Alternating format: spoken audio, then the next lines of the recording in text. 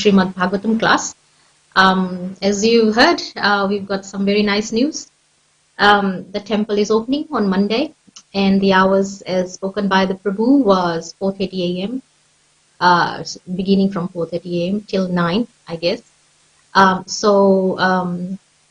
This is a wonderful turning point. We've all been waiting to darshan Sri Radha Gopinath. So, Jai Haribol. So this evening's class, I guess the live streaming Srimad Bhagavatam class, I guess this one will be the last one. And then from next week, we begin our classes in the temple itself directly. So we will have the morning Srimad Bhagavatam class as usual. And then in the evenings, we will have the Krishna Katha being read by Braja Prema Prabhu. And possibly the other Chaitanya Charimrita classes by Ghanshyam Govinda. So hopefully everything will return to normal, and we can slowly resume our services and darshan for Sri Radha Gopinath. So this evening I'm going to be speaking on, it's a follow-up from my last class, which was 2 weeks ago. And we had talked about why Brahmins are particularly poor in comparison to devotees of the other demigods. And in that we spoke about a little bit about Lakshmi Devi, how she refuses to service Brahmins following the episode with Bhrigu Muni, who had kicked Lord Vishnu on his chest. So it is a little bit of a continuation on boons and blessings granted by other demigods, namely Lord Brahma and Lord Shiva, and a little bit of a follow-up on Lord Krishna, also Lord Vishnu, why he doesn't really normally give opulences, but there are instances where he does. So we will be discussing a little bit about the stories. Without further ado, I'll chant the Hare Krishna Mahamantra, and then we'll get started. The chapter reference for this evening is Canto 10, chapter 88. Let me double check. Yes. And so Canto 10, chapter 88, and it is the title of this is Lord Shiva saved from Vrikrasura.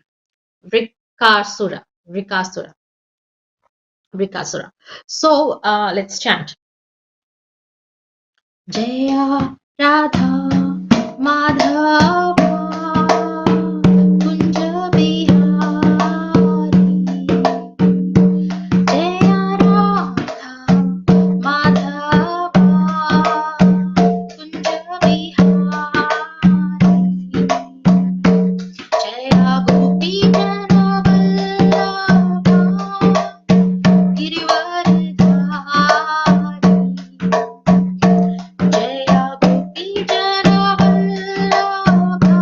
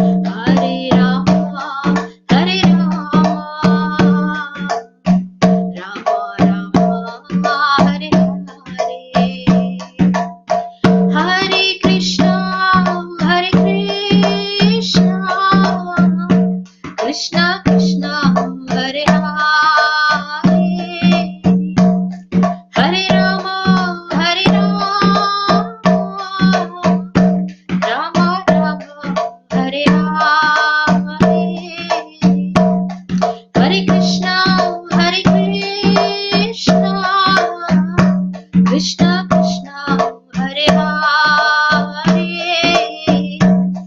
Hare Rama Hare Rama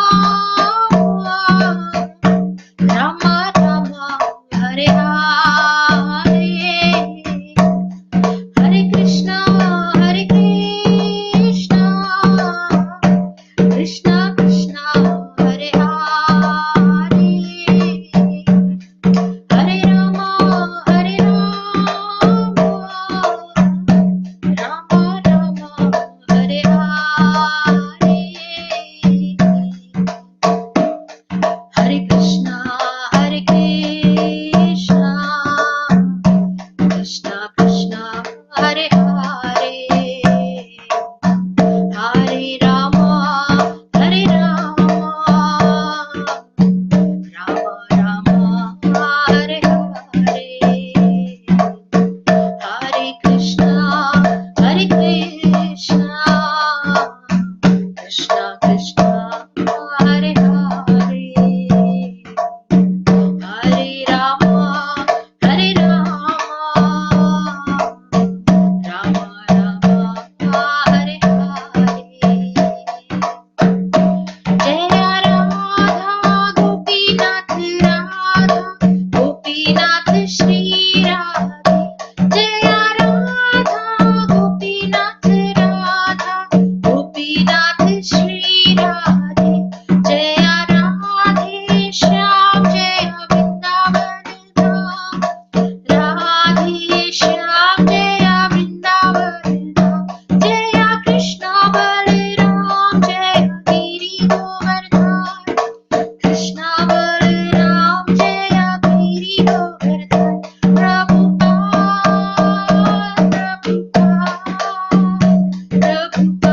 Jaya Jaya Prabhupada Jaya Jaya Prabhupada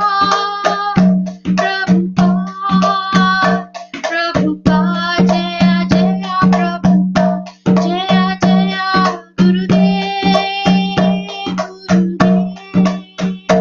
Gurudev Jaya Jaya Gurudev Nitai Gora Hari Bol Hari Bol Hari Bol Nitai Gora Hari Bol Nitai Gora Hari Bol Hari Bol Hari Bol Nitai Gora Hari Bol Jai Om Vishwapat Paramahansa Parivacharya Asutrasata Sri Srimad His Divine Grace Abhay Charnaravinda Bhaktivedanta Swami Srila Prabhupada Ki Jai ISKCON Founder Acharya Srila Prabhupada Ki Jai Ananta Koti Vaishnav Vrinda Ki Jai Namacharya Srila Haridas Thakur Ki Jai Prem se kaho Shri Krishna Chaitanya Prabhu Nityananda Shri Advaita Gadadhara Srivasadi Gaur Bhakta Vrinda Ki Jai Shri Shri Radha Krishna Gop Gopinath Sham Kun Radha Kund Giri Govardhan Ki Jai Vrindavan धाम की जय मथुरा धाम की जय नवदीप धाम की जय श्री जगन्नाथ स्वामी की जय यमुना माई की जय श्रीमती तुलसी देवी की जय सामवेद भक्त वृंद की जय निताई गौर प्रेमानंदी हरि हरि बोल all glories to the assembled devotees Hare Krishna all glories to the assembled devotees Hare Krishna all glories to the assembled devotees Hare Krishna all glories to Shri Guru and Gauranga Srila Prabhupada ki jay Srila Gurudev ki jay So, Namo Om Vishnupadaya Krishna Prastaya Bhukle Srimati Bir Krishna Goswamini Ki Namne Namo Hamsa Nikashaya Prabhupada Priyate Suyukta Shuddhini Shtavyam Tasya Bhakta Anuvadine. We are going to have one of the final classes as live streaming from home, Srimad Bhagavatam classes. As we all know, the temple, very good news, very sweet news. Sri Radha Gopinath's doors are finally opening for the public darshan and programs. So that's very wonderful news. We will have our Srimad Bhagavatam classes as normal in the mornings and evening classes by the congregation members will be held directly from the temple, and that will be on Krishna book, I believe, and also Chaitanya Charimrita and Bhagavad Gita by Gansham Prabhu and his team. So it's all very wonderful news. This evening we are going to be speaking, I'm going to be speaking on Canto 10, Chapter 88. The title is Lord Shiva is saved from Vrikasur. The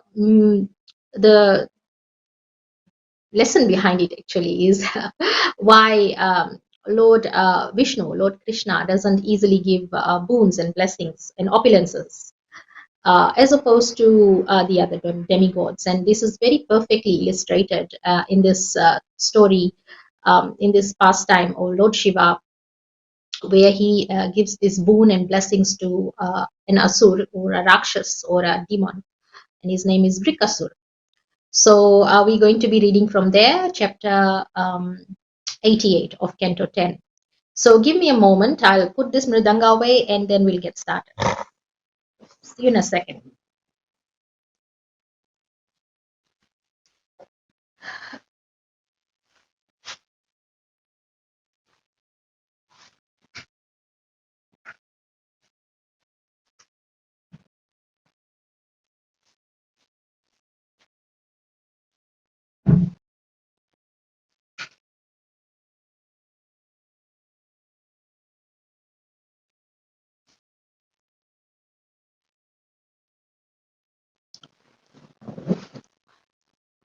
So let's begin. Om Namo Bhagavate Vasudevaya. Om Namo Bhagavate Vasudevaya. Om Namo Bhagavate Vasudevaya. Om Namo Bhagavate Vasudevaya. Om Namo Bhagavate Vasudevaya. Om Namo Bhagavate Vasudevaya. Narayanam Namaskrityam Naram Chaiva Narottamam Devam Saraswatim Vyasam Tato Jayamudiraye Nasta Prayashu Apadreshu Nityam Bhagavata Sevaya Bhagavati Uttama Shloke Bhaktir Bhavati Naishtaki Krishnaya Vasudevaya Devaki Nandanaya Cha Nandagopa Kumaraya Govindaya Namo Namaha Tapta Kanchana Gaurangi Radhe Vrindavaneshwari Pushpanusate Devi Pranamami Hare Nam Namah Vishnupadaya Krishna Prasthaya Bhutale Srimate Bhaktivedanta Swami Namne Namaste Saraswati Devi Gauravani Vicharine Vishesha Shunyavadi Pashita Desatarine Jai Shri Krishna Chaitanya Prabhu Nityananda Shri Advaita Gadadhara Srivasadi Gaur Bhakta Vrinda Hare Krishna Krishna Krishna Hare Hare Hare Rama Rama Rama Rama. Okay, well, so we discussed in my last class, which was a while ago, actually 2 weeks ago, as to why the Brahmins are usually poor. Why is Lord Krishna, not so benevolent in terms of opulences for his Brahmin devotees? And we discussed the story where Bhrigu Muni had decided to test who's the actual God, who's the Supreme Personality of God. And he went and tested Lord Brahma, and he went and tested Lord Shiva, and then finally Lord Vishnu. So he had disrespected his father, Lord Brahma, and Lord Brahma got angry. So that was a conclusion that Lord Brahma obviously cannot be God because he's in anger. So he went to Lord Shiva, who happens to be his brother, and Lord Shiva had moved to embrace him, and Bhrigu Muni embraced Bhrigu Muni, and Bhrigu Muni refused the embrace, and so Lord Shiva got very angry. So that was the conclusion that even Lord Shiva was going to kill him with his trident. Actually, he was so angry. So then the conclusion was obviously Lord Shiva is not God. So then Bhrigu Muni made his way to Vaikuntha Lok, where Lord Vishnu was there, and he was lying on Shesha, Nag, Ananta Shesha, and Lakshmi Devi was at his feet. And he went and kicked, Lord Vishnu was actually fast asleep. And he went and kicked Lord Vishnu on his chest and woke him up like that. And obviously, if anyone is woken up by being kicked in the chest, they'll be very, very angry. But Lord Vishnu wasn't. He was actually very concerned for Bhrigu Muni's feet and said, my chest is very hard. I hope your foot is not hurt. And he was very nicely welcomed by Lord Vishnu, who was very happy to receive a Brahman. And and basically Lord Vishnu bent down and massaged his feet. So he did not mind at all. And those are some of the wonderful qualities about of Lord Krishna, Lord Vishnu, Lord Hari. He's always, in the mode of goodness. There is no passion, there is no ignorance. Actually, he's above the material modes of nature. So, um, the Brahmin was received very nicely, Brigumuni, and Lord Vishnu said, because you're a Brahmin and your charan or your feet have touched my chest has been purified, and therefore now my chest is qualified to have Lakshmi Devi reside there. So then Lakshmi Devi, since that time, resides on his chest, and that was one of the major questions that I always used to ask. Why does Lakshmi Devi reside on Lord Vishnu's chest or Lord Hari's chest? So there we go. That's the answer. Because Lord Vishnu considered it to be purified by a Brahmin, touching his feet to his chest. Anyway, Lakshmi Devi wasn't very impressed with her husband being kicked in the chest. So she was very, she decided not to, she said, all the Brahmins from now onwards will be bereft of me, thereby, bereft of the opulences or wealth, material wealth. And even if they do have wealth, they'll have to work very, very hard to get it. In other words, to acquire, to achieve wealth, the Brahmins would have to work very hard. And you can see a lot of Brahmins out there, um, they do work hard, and in the olden days they used to go door to door begging. So so that was the way we had left, and so there's a continuation. Why then? Because Lord Vishnu has a lot of, he's God, he can give anybody anything. So what are the instances where he actually does grant opulences or material wealth? Because there are instances where he lets his devotees be opulent. So we might be able to have some time. I don't know how long we have, but I will. If you don't have enough time, I will give a summary or conclusion of that pastime. But also, there is a question: why then are demigods, oh Lord Brahma, Lord Shiva, able to grant all these boons? And what happens when they do? And why are the blessings and the boons not so similar to what Lord Vishnu grants to his devotees? So we'll discuss this over one pastime. There is one asur or a demon. His name is Vrikasur, and he goes to Narad Muni. Actually, Vrikasur is the son of Shakuni, if you know who Shakuni is. So anyway, Shakuni's son Vrikasur wanted to know which god is easily pleased, and he wanted to have some blessings, and so he goes to Narad Muni, and Narad Muni tells him that you guessed it, the Lord who is easily pleased is Lord Shiva. He is Ashutosh. Obviously he is very easily pleased, but he is also very easily angered. So you have to be very, very careful in asking him for grants and blessings. So I'm going to read a little bit on the beginning of this chapter, which will give an insight of why we are going to be discussing about Vrikasur. I'll just read the first few paragraphs, and then we'll go on to the next shlokas. So this canto 10, chapter 88, this chapter describes how it is that the devotees of Vishnu, Lord Hari or Lord Krishna, this chapter describes how it is that devotees of Vishnu obtain liberation, while the devotees of other deities obtain material opulences. So the whole conclusion is in the first sentence in actual sense, is that the blessings or the benedictions that's given by Lord Vishnu, it takes a devotee to liberation. They are liberated.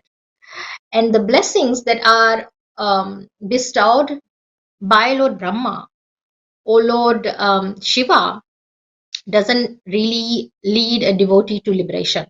They get material opulences, but not necessarily liberation.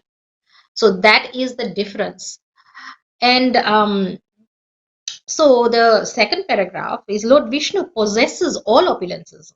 So you kind of think, well, that's kind of miserly for somebody who's got all the wealth, all the opulences, and yet he doesn't impart with it. I mean, and no, how can he do that to his devotees? We are his devotees, or the Brahmins are his devotees. Surely you'd grant them some opulences, especially if you've got a lot. I mean, that's some logic that other people might conclude, So, but there is an explanation.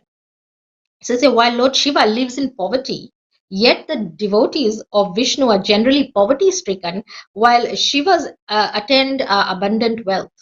So Lord Shiva, he lives in poverty, but his devotees are extremely wealthy. And we generally find this happening. I used to live in New Zealand before. There were a lot of Lord Shiva's devotees there, and you will see that their houses are quite big, 2 or 3 cars, very opulent, very highly material, and this happens in Fiji also. And in contrast, since I became a Hare Krishna devotee and became a Hare Krishna devotee in New Zealand, in contrast, the Vaishnavas that I associated with were not as materially opulent as the ones that were Lord Shiva's devotees. It was very, very obvious, very obvious to see. So, Parikshit Maharaj, he asked this question. He asked this question to Sukadev Goswami, and asked him to explain this puzzling fact. The sage replied as follows. Okay, so the sage is going to give a compressed form of this answer, which we will be reading a little bit later on, given the time. Lord Shiva manifests false egos in 3 varieties according to 3 modes of nature. From this false ego arise 5 physical elements and the other transformations of material nature, totaling 16. When a devotee of Lord Shiva worships his manifestations in any of these elements, the devotee obtains all sorts of corresponding enjoying opulences. But because Lord Sri Hari is transcendental to the modes of material nature, his devotees also become transcendental. So, in my last class, I was looking for the reference where Lord Krishna actually admits it very, very clearly and very fluently. I think I will read the compressed form because we are going to be pressed for time. We don't have much time. So, anyway, I'll read the conclusion part of it. At the end of the performance of his Ashwamedha sacrifices, King Yudhishthir had asked the same question to Lord Krishna. So when King Yudhishthir had done his sacrifices, there was a big puja and he had done the Ashwamedha, and he asked Lord Krishna the same question that Parikshit Maharaj asked Sukadev Goswami. Why are your devotees generally they don't have opulences? They don't enjoy material opulences.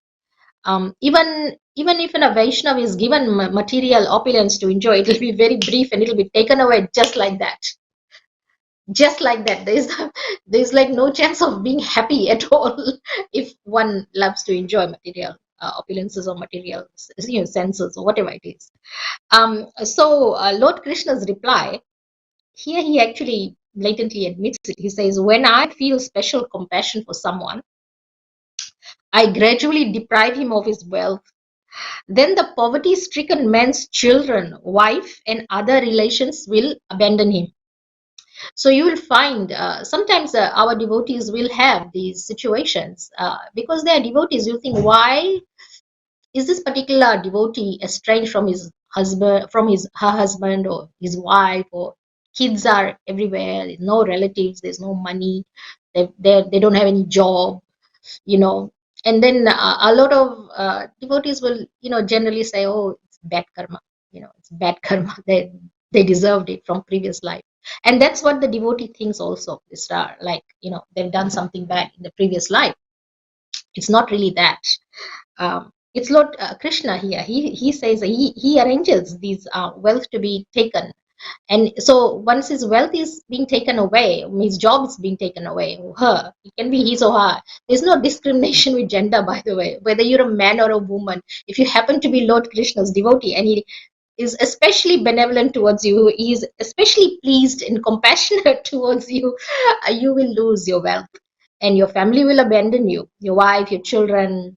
It doesn't matter whether you're a woman or a man, your relatives, you lose them. And when he tries to acquire wealth in order to win back his family's favor, I mercifully frustrate him so that he becomes disgusted with fruitive work and befriends my devotees.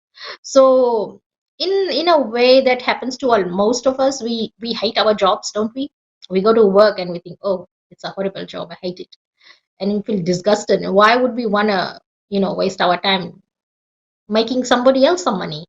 I mean, we get our salary, we get our wages, but somebody else really gets the biggest profit, and you kind of get disgusted, don't want to work anymore. But it's supposed to happen, it's supposed to be like that.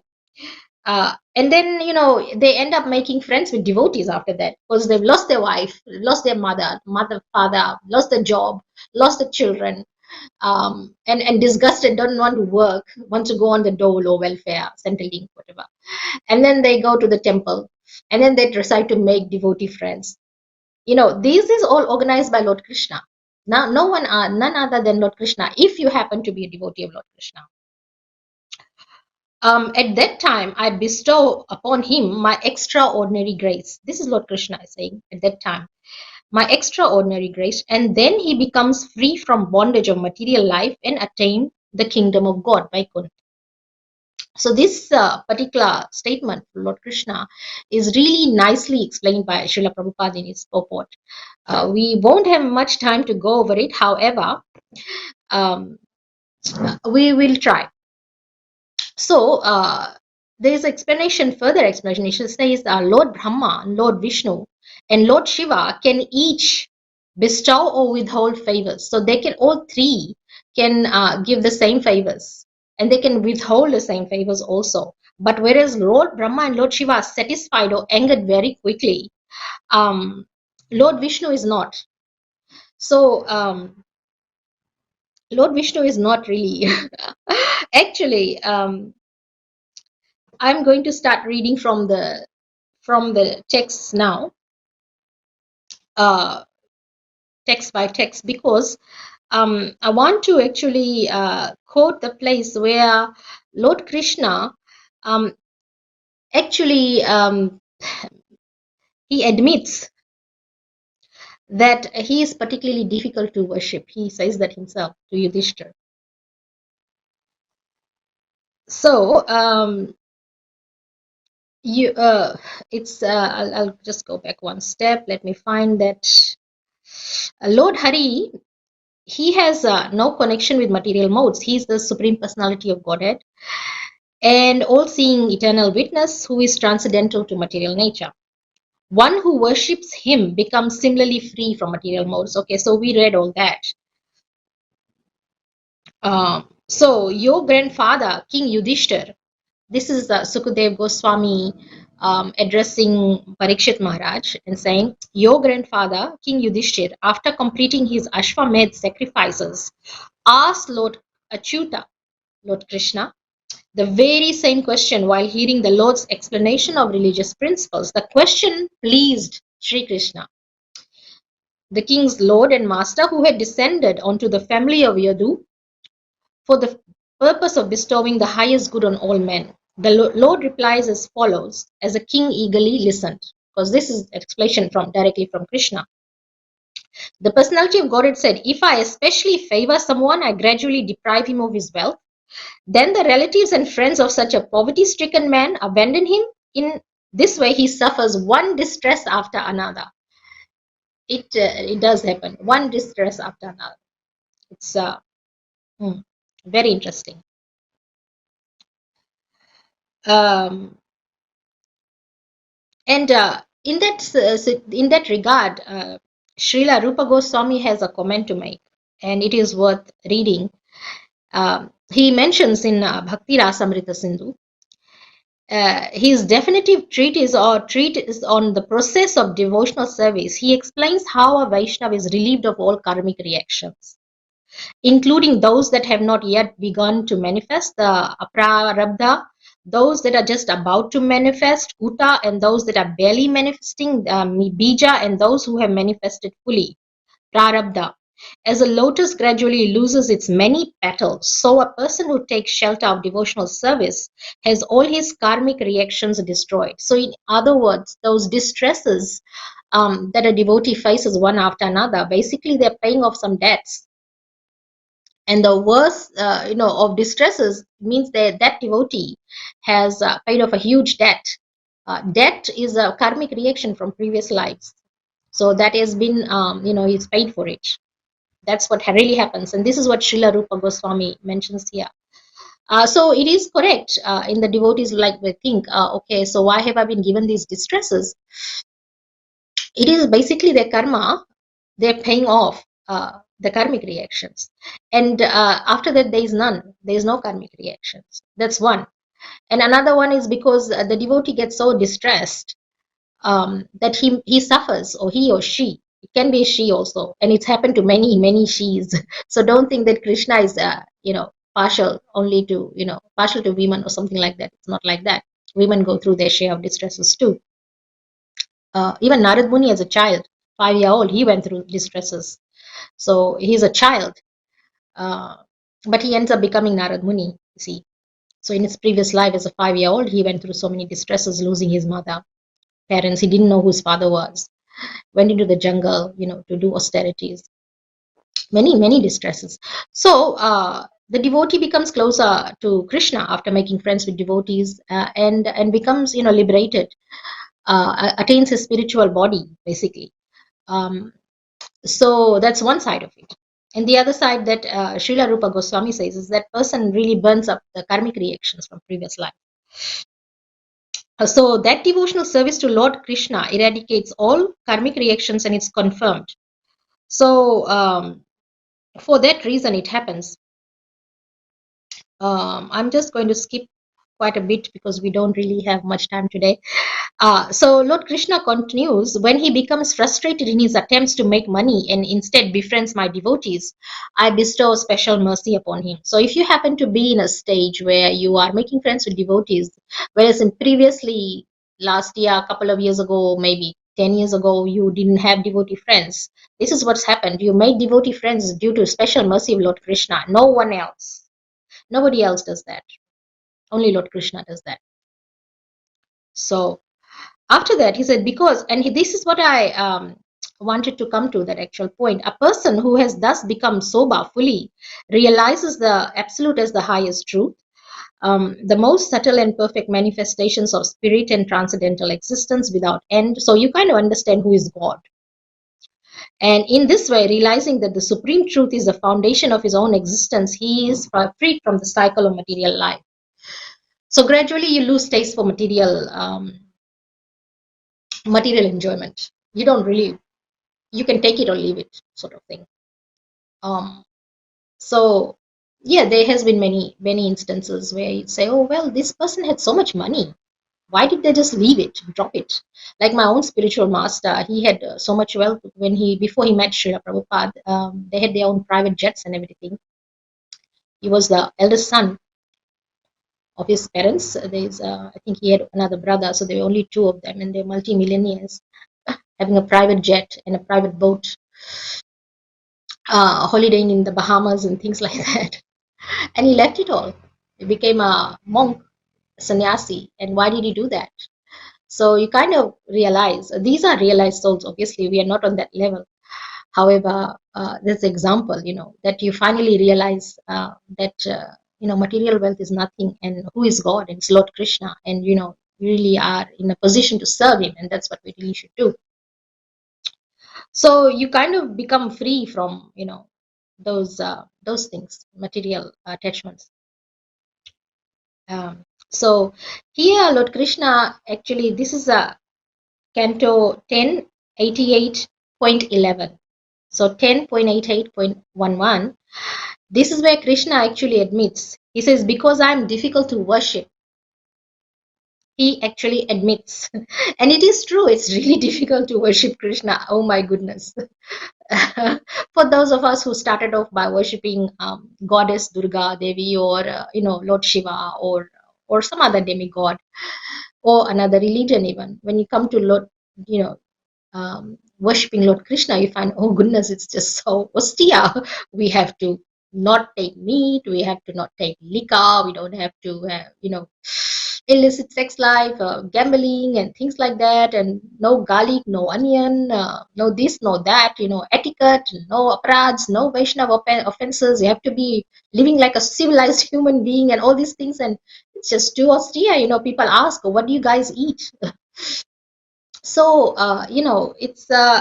it's difficult, and Lord Krishna admits it here. He says, because I'm difficult to worship, people generally avoid me. Imagine, people actually avoid Lord Krishna, but he says it here. He knows it too. People generally avoid me and instead worship other deities who are quickly satisfied. When people receive kingly opulences from these deities, they become arrogant, intoxicated with pride, and neglectful of their duties. They dare to offend even the demigods who have bestowed benedictions upon him. So then we come to the story. Sukadev Goswami said, Lord Brahma, Lord Vishnu, Lord Shiva, and others are able to curse or bless one. Lord Shiva and Lord Brahma are very quick. They're very quick to curse or bestow benedictions, my dear king, but the infallible Supreme Lord is not. So you would think, you sometimes think, you went and prayed to Lord Krishna so many times, he's not listening. He's just not listening. Why? Yeah, because he doesn't give in easily. He doesn't do that. And it says here. So this is actually not a good preaching preaching text, because we won't be able to convince anybody to become a devotee after we read this story. But nonetheless, if you have these questions, it's answered here in chapter 88 of Canto 10. So in this connection, there is a historical account in related concerning how the Lord of Kailash mountain, who is the Lord of Kailash mountain, by the way? That's Lord Shiva, yeah. So the Lord of Kailash mountain was put into danger by offering a choice of benediction to the demon Vrika.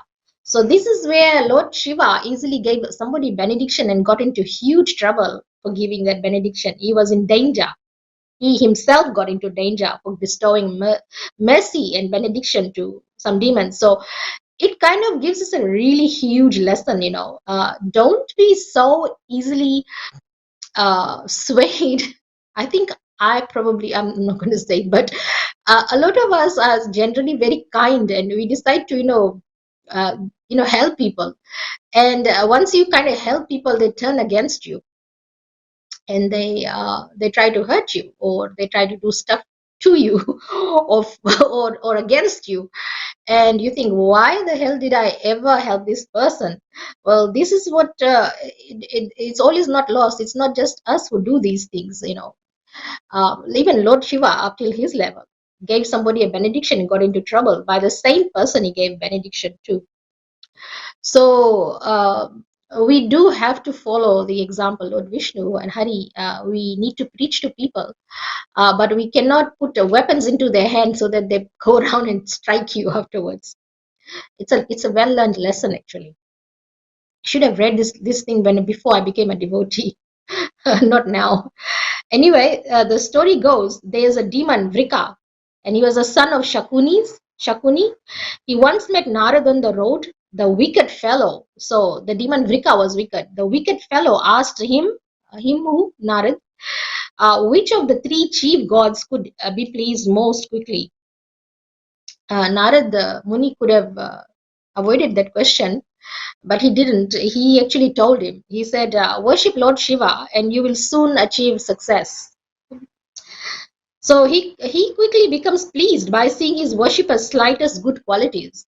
So Lord Shiva, he's very kind. He will see your good qualities and he will give you benediction. So this is not to preach that you should abandon Lord Krishna and go to Lord Shiva now. because these benedictions are actually very temporary, and in the end it has a bitter taste. In the beginning the fruit is sweet, but in the end it is quite bitter, so don't even think about it.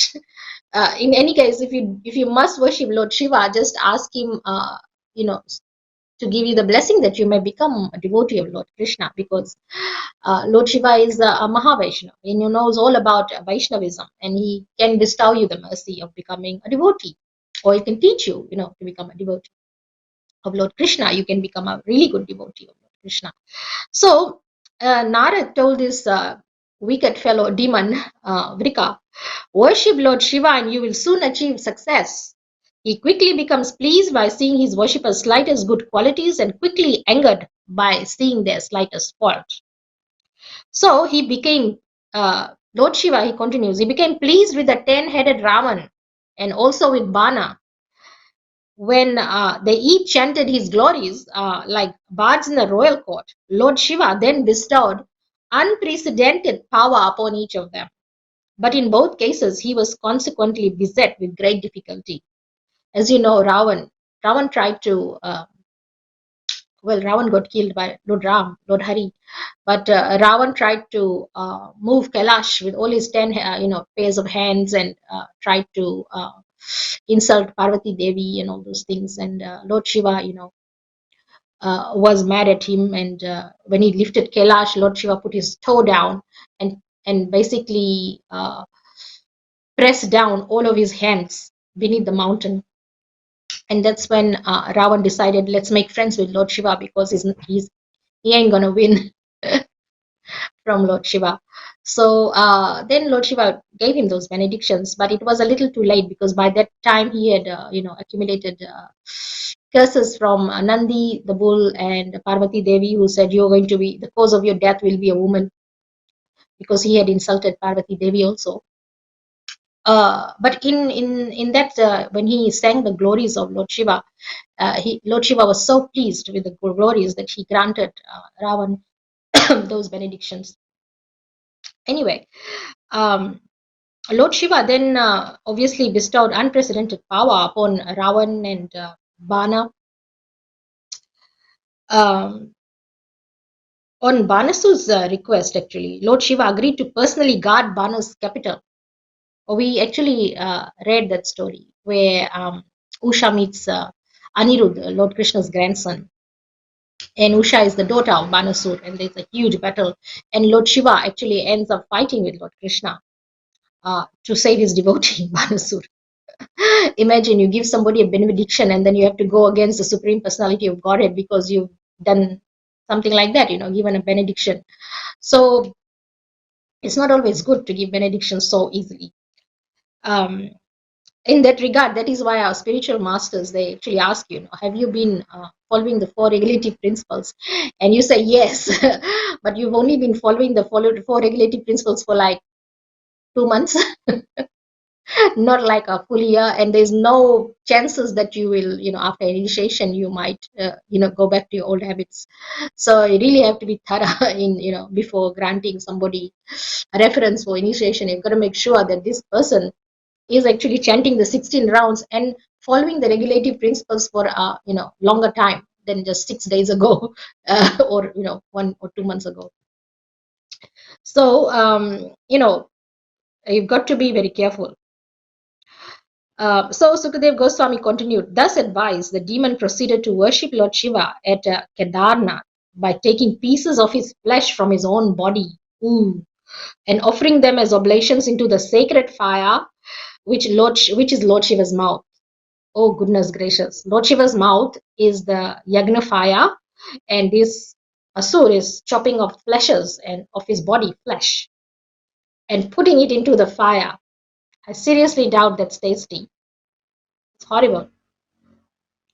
So he was trying to please Lord Shiva. So he kept on, chopping off flesh.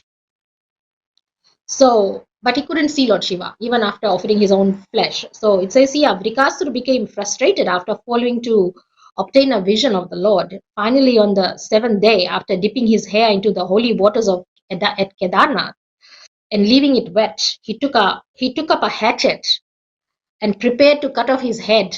So he was, in the end, after giving all his flesh, he still didn't see Lord Shiva. He said, okay, let me just cut my head off after taking a dip in Kedarnath river, holy waters there, and wanted to cut his head off and throw it in the fire. So, but at that very moment, the supreme merciful Lord Shiva rose up out of the sacrificial fire.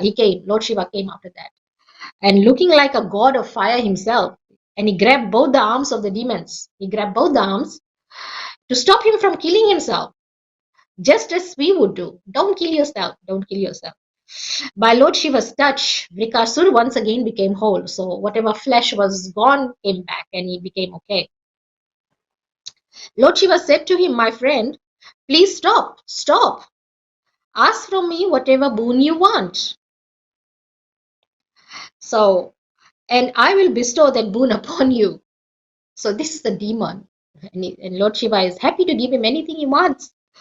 Alas, you have subjected your body to great torment for no reason, since I am pleased with a simple offering of water from those who approach me for shelter. So here it is. If you want to know how to please Lord Shiva, just offer him some water. You don't need to do anything else. Just offer him some water. A lot of us, we also offer, in Fiji we learn this, the bell patra, the leaves of bell. It's a 3 leaves, 3 petal leaf. Lord Shiva is especially pleased. So we offered, every Shivratri. When I grew up as devotee of Lord Shiva first before becoming a Lord Krishna's devotee. So I learned to offer bell patras and thousands. And once I was coming to New Zealand, I thought, okay, well, this year I won't be able to do this in Shivratri, so let me offer lots of thousands of bell patras to cover for the next 5 years. And then I ended up like 10,108, something like that. Huge number. But that's what Lord Shiva is pleased with, water, just water. You offer him water. Anyway, Sukadev Goswami continued. The benediction sinful Vrika chose from the Lord would terrify all living beings. So, a demon is not going to ask you for anything good. We have like people from demonic qualities who enter the Krishna conscious movement too. But imagine chanting of Hare Krishna is so powerful, hugely powerful. It can change a demon to a devotee, just like that. Chanting, without offenses. However, we've got to be very careful also.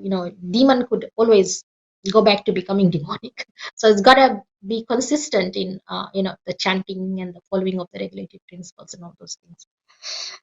Anyway, so continuing from there, the benediction that Vrika asked Lord Shiva was, may death come to whomever I touch upon the head with my hands. So Vrikasur asked Lord Shiva to give him the benediction that if he touches somebody's head, their head will be smashed into a million pieces and they die immediately. What kind of a benediction is that? It is not even asking for money, but I guess you could threaten people. If you don't give me all your money, I'm going to explode your head by touching you on the head or something like that. So that was really, really terrible. And upon hearing this, Lord Rudra is Lord Shiva, he became somewhat disturbed. Nonetheless, O descendant of Bharat, he vibrated Om to signify his assent, granting Vrika the benediction with an ironic smile, as if giving milk to a poisonous snake. Wow. To test Lord Shambhu's benediction, the demon then tried to put his hand on the Lord's head. In other words, Vrikasur then decided to test his powers by putting his hand on Lord Shiva's head. Lord Shiva is the one who granted him the boon, and he wants to, boon of smashing or exploding people's heads by putting his hand there. He wanted to test it on Lord Shiva himself. That's a terrible, terrible boon. So thus, Lord Shiva, he was frightened because of what he himself had done. So this is what we mean, granting benedictions or granting boons, and then you end up getting into trouble. So Lord Shiva got into trouble. This is the lesson we were discussing earlier. Like, you have to be very careful who you actually help. They might actually turn around and hurt you or strike you. They're like snakes, so it's very very difficult. We should not be befriending snakes. I remember when I went to Movalamba and I said to my spiritual master, Gurudev, there are so many snakes here, I'm scared. And he said these snakes are better than the real life human being snakes, because those snakes, the human being snakes, they will turn around and strike you at any moment. You won't even know it. And he's right, 100%. So here, Lord Shiva is frightened because of what he himself had done. And as the demon pursued him, Lord Shiva fled swiftly from his abode in the north, shaking with terror. So Lord Shiva went to the north. He was terrified. And then he ran as far as limits of the earth, the sky, and the corners of the universe. He went everywhere. The great demigods could only just remain silent. The demigods could not help him. Lord Shiva, we're talking about. The demigods did not know how to counteract the benediction. They didn't know. And then Lord Shiva finally reached the luminous realm of Vaikunt, beyond all darkness, where the Supreme Lord Narayan is manifest. So he went to Lord Narayan's abode. That realm is the destination of renunciants who have attained peace and given up all violence against other creatures. Going there, one never returns. So, according to Srila Sridhar Swami, Lord Shiva entered the planet of Shwetadeep, a special outpost of the spiritual world within the confines of the material universe. They are on a beautiful white island surrounded by celestial ocean of milk.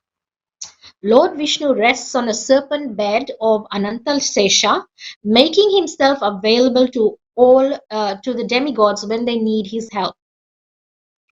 So the Supreme Lord, who relieves his devotees' distress, had seen from afar that Lord Shiva was in danger. So Lord Vishnu, Lord Narayan, Lord Hari, he knew Lord Shiva was in trouble. Thus, by his mystic Yog Maya potency, he assumed a form of a brahmachari student. So Lord Vishnu, Lord Narayan decided to change his form, and he became a brahmachari student. So interesting. And so he became a brahmachari student with the appropriate belts, deer skin, rod, prayer beads, and he came before Vrikasur. So he went to Vrikasur in the guise of a Brahmin, brahmachari student. The Lord's effulgence glowed brilliantly like fire. Holding kush grass in his hand, he humbly greeted the demon. So he was also holding a kush grass. Uh, we really need to find out. I do not have any information about why we actually consider kush grass to be so humble, especially kush grass. That's a good question. It's a good question for the spiritual master. Srila Vishwanath Chakravarti quotes the disguised Lord Narayan as saying, "For us seers of the absolute truth, all created beings are worthy of respect. And since you are the son of Shakuni, a wise man and a performer of great austerities, you certainly deserve the respectful greeting of a young brahmachari like myself." So he's kind of fooling. Actually, that's the thing. Um, you might be a fool, or you might fool other people, you might trick other people, but really the greatest trickster, the greatest person who can fool everyone is Lord Krishna. So you really can't escape Lord Krishna. That's the whole thing. And Lord Krishna is Lord Krishna is actually saying nice things, very sweet words of flattery, to this demon, and says, "You are the son of Shakuni." So obviously, Shakuni is a great performer of austerities. He's a wise man, and you deserve the grateful, respectful greetings from me. I'm a brahmachari student like myself. So the Supreme Lord said, "My dear son of Shakuni, you appear tired. Why have you come such a great distance? Please rest for a minute. After all, it's one's body that fulfills one's desires."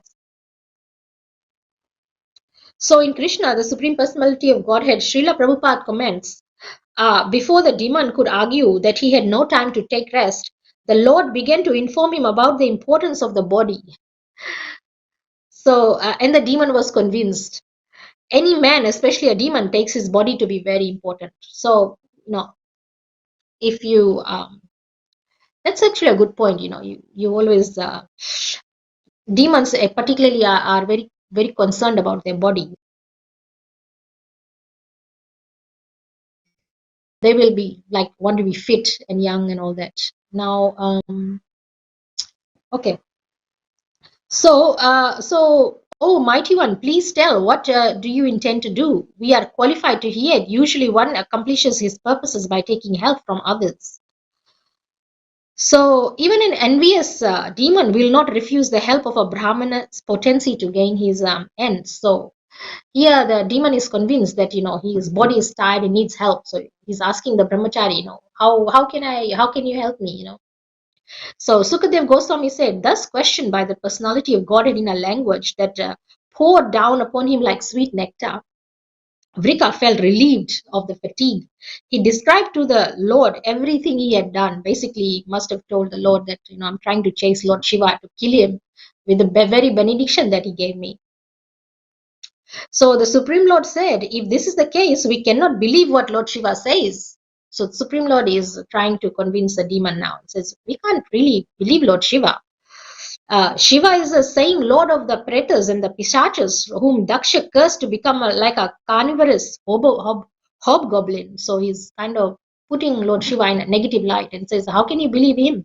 How can you actually think his, benediction is actually a good one or a true one, whether he's even telling the truth. So, oh, best of the demons, if you have any faith in him because he's a spiritual master of the universe, if you have any faith in him, then without delay, put your hand on your own head and see what happens. In other words, give it a test run. Give it a test run, whatever is benediction. Just put your hand on your head and see if it works. In the words of Lord Shambhu, prove untrue in any way. He says, if the words of Lord Shambhu prove untrue in any way, oh, best of the demons, then kill the liar so he may never lie again. Oh my goodness. Lord Shiva may have the power to revive himself even after being killed, but at least he will be dissuaded from lying again. Wow. So Sukadev Goswami continued, thus bewildered by the personality of Godheads and chanting artful words, foolish Vrika, without realizing what he was doing, immediately placed his hand on his head. So he did that. And instantly his head shattered as if struck by a lightning bolt, and the demon fell down from the sky and were heard cries of victory, obeisances, and well done. So basically he killed himself. And that was Lord Krishna, Lord Narayan, Lord Vishnu helped Lord Shiva from his own benedictions that he gave to this demon. So the moral of the story is, if you ever happen to be in this trouble of being attacked by somebody who you try to help and they are striking back at you, the only person who can save you is Lord Krishna. He can only save you. If he can save Lord Shiva, he can definitely save you. So the celestial sages, Pitas and Gandharvas, rained down flowers to celebrate the killing of the sinful Vrikasur. Now Lord Shiva was out of danger. So the Supreme Personality of Godhead then addressed Lord Girisha, who was now out of danger. Just see, O Mahadev, my lord, how this wicked man has been killed by his own sinful reactions. Indeed, what living being can hope for good fortune if he offends exalted saints? What to speak of offending the Lord and the spiritual master of the universe? So this is another lesson for those of us who want to be offensive to our spiritual master or Vaishnavas or Brahmins. You cannot live after that. Lord Krishna is not going to leave you. You're going to be punished.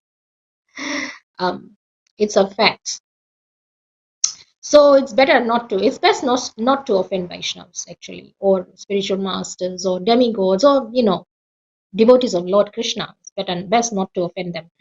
So according to Srila Vishwanath Chakravarti Thakur, this statement of Lord Vishnu implies a mild scolding, my dear possessor of unlimited vision, O you of clear intelligence. Benediction should not be given to wicked demons in this way. You could have been killed. but you were only concerned about saving this poor soul. So you disregarded what should happen to you as a result. Wow. So you got a little bit of a chastisement over there. Thus, Acharya Vishwanath Chakravarti points out Lord Narayan's mild rebuke also highlighted Lord Shiva's exceptional compassion. He's so compassionate that he'll put himself in danger. It's not really that good. So, Lord Hari is the direct manifested absolute truth, the supreme soul, and an unlimited ocean of inconceivable energies. Anyone who recites or hears this pastime of his saving Lord Shiva will be freed from all enemies and the repetition of birth and death. So, one will ask this question: how do we deal with the demons of Kali Yuga then? If we can't, help them, how can we help them? Because the devotees are very, very compassionate. They want to, if somebody comes, even if a demon comes and says, oh, well, I've been attacked by somebody on the street, somebody's taking advantage of me, or whatever, has happened, I've been attacked, somebody's taken all my money, I've been done, they did this or did that, and a demon, somebody with demonic qualities comes to you, and you're, oh my gosh, you are in so much problem, I will help you, this is what you do. So what do you do to people like this? All you do is chant Hare Krishna and ask them to chant Hare Krishna. That's the best thing you can do, because the chanting of the Mahamantra is so powerful that it eradicates all the dead, the dirt accumulated in the heart. But one must be careful that they don't get into trouble themselves. And even if you do get into trouble, chant the, the Mahamantra, the holy names of Lord Krishna. Chant as much as possible, and you will be saved. You'll be out of danger. In that regard, I had actually questioned my spiritual master. I said, we wear this Narshing Kavach. Surely that will protect you. And his answer was, nothing is more powerful than the Mahamantra. So even more powerful than the Narshing Kavach that we are wearing around our necks is the Mahamantra. You chant the Mahamantra and you get saved. So this is a very good lesson for all of us, is that whatever the situation, we must always convince liars, cheats, demonic qualities to chant Hare Krishna. And while we are chanting Hare Krishna ourselves, I mean, take shelter with Lord Krishna, Lord Vishnu, Lord Hari, in full faith. If you happen to have a spiritual master, that's all the best, and all the better is a bonus. You are under the shelter or direct protection of the entire parampara, Guru parampara. So if there's any occasion where you cannot approach your spiritual master, then there's always Srila Prabhupada's deity in the temple. You can go and pray to Srila Prabhupada's deity.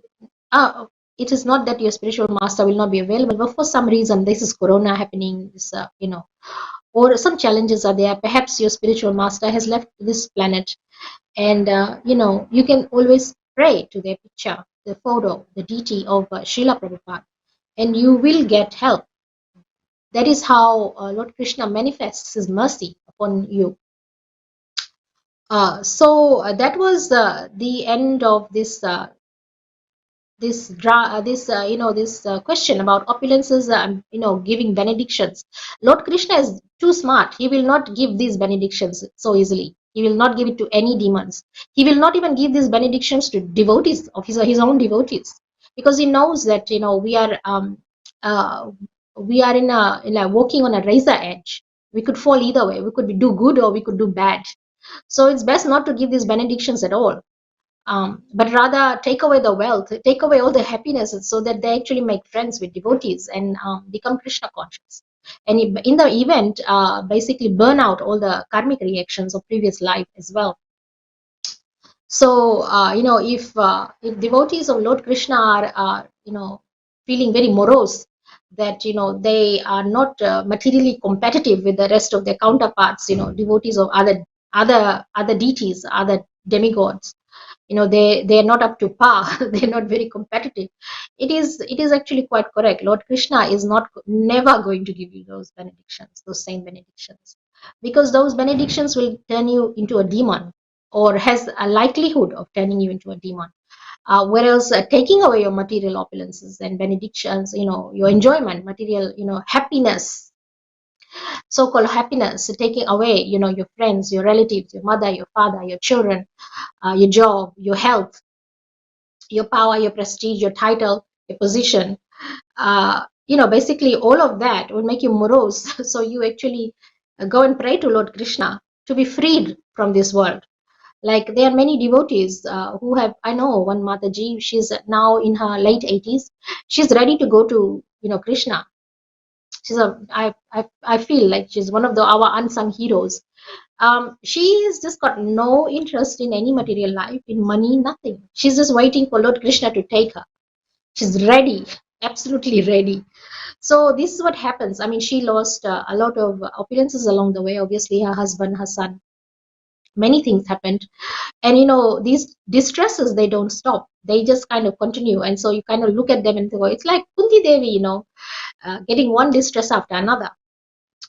But really, naturally, it is designed so that you kind of give up your taste for material. You kind of think, well, all that glitters is not gold. I don't want it anyway. I mean, if this is the price I have to pay for this kind of happiness, I don't want it. Go away, take it away. And I'd rather go back to Godhead, where there's none of this happening over there. So those benedictions Lord Krishna will not give, even though Lord Brahma, Lord Shiva, they will give it. So that's the difference, and that's why devotees of Lord Krishna is, first of all, it's hard to worship Lord Krishna, and he actually admits it himself after the Ashwamedh Yagna of King Yudhishthir in the Mahabharata. He says, okay, well, it's very hard to worship me, don't worship me. uh, Actually, we should worship Krishna, because that will give, the fruits might be bitter in the beginning, but the result is very sweet in the end. Whereas with the demigods, it's the opposite. The fruits are very sweet in the beginning, but the results are very bitter in the end. So you want to gain liberation, you want to get eternal happiness, you want to get out of this material world, which is full of suffering, then you obviously will worship Lord Krishna, even though it is difficult to worship him, even though you get one distress after another, after another, after another. All your material opulences are taken away from you, basically. And he doesn't even discriminate whether you're a man or a woman. Like, sometimes I'll say, oh Krishna, I'm a woman, please, for goodness sake, I'm in a woman's body. Let it up, give me a break. No, it doesn't work that way. Sorry. So but the end sweet is supposed is I mean, I cannot tell you, because I'm still in the material world. So but from our Vedic scriptures and Vedic literatures, it's fun to be with Krishna back in Godhead. You don't want to, you'll never return to misery, life of misery. Okay, so that concludes our class for today. And now you will see a soul speaking from the temple directly, which will be really, really nice. We'll get to see Sri Radha Gopinath again. I hope you enjoyed the class. Thank you for listening. Hare Krishna.